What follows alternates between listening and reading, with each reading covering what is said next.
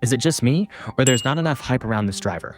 I mean, Oscar Piastri is leading the 2025 World Championship, but somehow, I feel like the media is focused on Verstappen or Norris or Ferrari. And it's not like Piastri is being ignored or dismissed, just not treated like the guy who's actually winning. Like his lead is just a phase, like it doesn't count yet. Yay, a phase since Jeddah. So let's talk about why Piastri has more to prove and the 5 rivals he's really racing. First off, McLaren. Yup, his own team.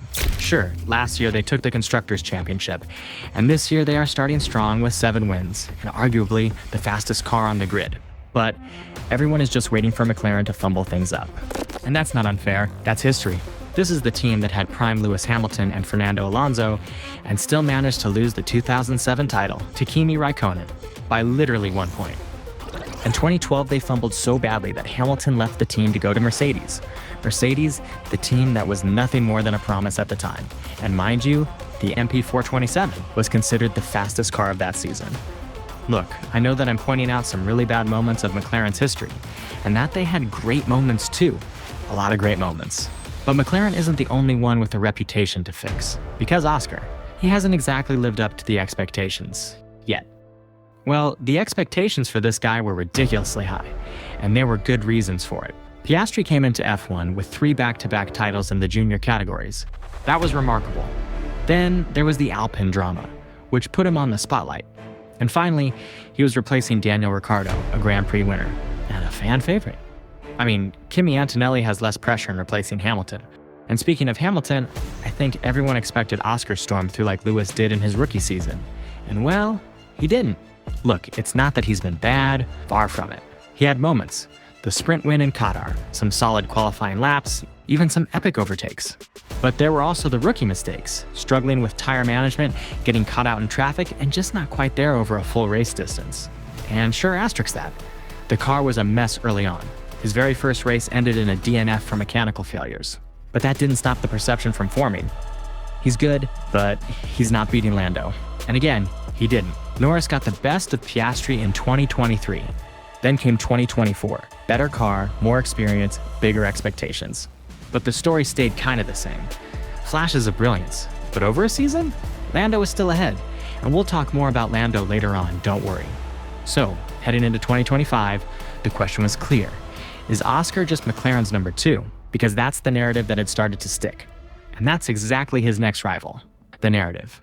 Let's be honest, Oscar Piastri doesn't exactly scream main character energy. He is more of, as some other videos put it, a polite cat. He's calm. He doesn't rage on the radio beyond a few cheeky comments. Cheeky. He has the same expression when he wins, when he loses, when he is P5, or when he is on pole. And honestly, that's not a bad thing. Some fans love the idea of a new Iceman. But F1 doesn't just reward speed, it rewards storylines, drama. We are the Kardashians of Formula One. So when you're quiet and you're not winning, people just kind of move on. Think about Bottas, a great driver that got stuck in the number 2 narrative and could never got out of it. And there are so many like that. Webber, Barrichello, every second seat in Red Bull. And the worst part, the media pushes this narrative so hard. Last year, it was all about McLaren should be sacrificing Oscar so that Lando has a better chance to win the championship. I didn't like that. I don't think Norris liked that. But anyway, at the very start of this year, Piastri didn't help himself with that spin in Australia. It didn't help his narrative. And that's the real challenge, because even when Oscar is winning, he's doing it in a grid full of unfinished business. Here's the next problem. Everyone else has a story. Seriously, this grid is packed. You've got 3 world champions still going. Verstappen is chasing a 5th title. Hamilton wants number 8, and at this point, it's a political campaign. And Alonso? He's basically trying to win a championship just to prove time isn't real. Then there's Leclerc, Ferrari's El Predestinado, who was so close in 2022. 2 years later, and we're still waiting on that fairy tale ending. Russell's trying to drag Mercedes back to relevance, and don't even get me started on the rookies. Antonelli so much as blinks and it's a headline.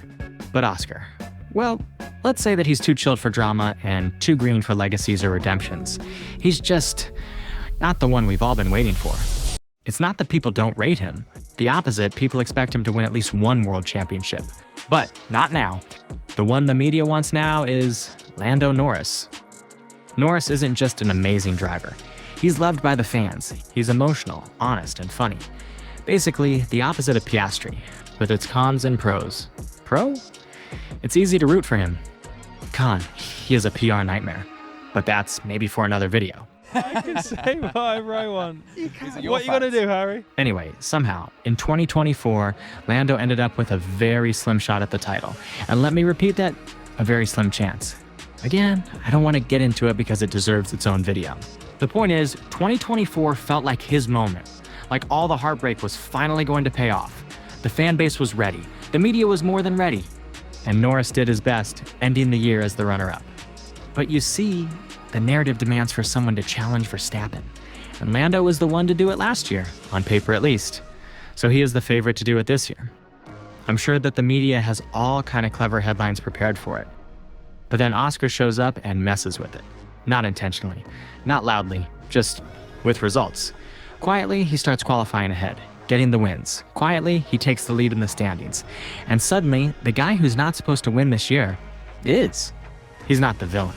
He's not the hero. He's the plot twist no one asked for. But maybe that is Oscar's narrative. The guy who refuses to be the second driver.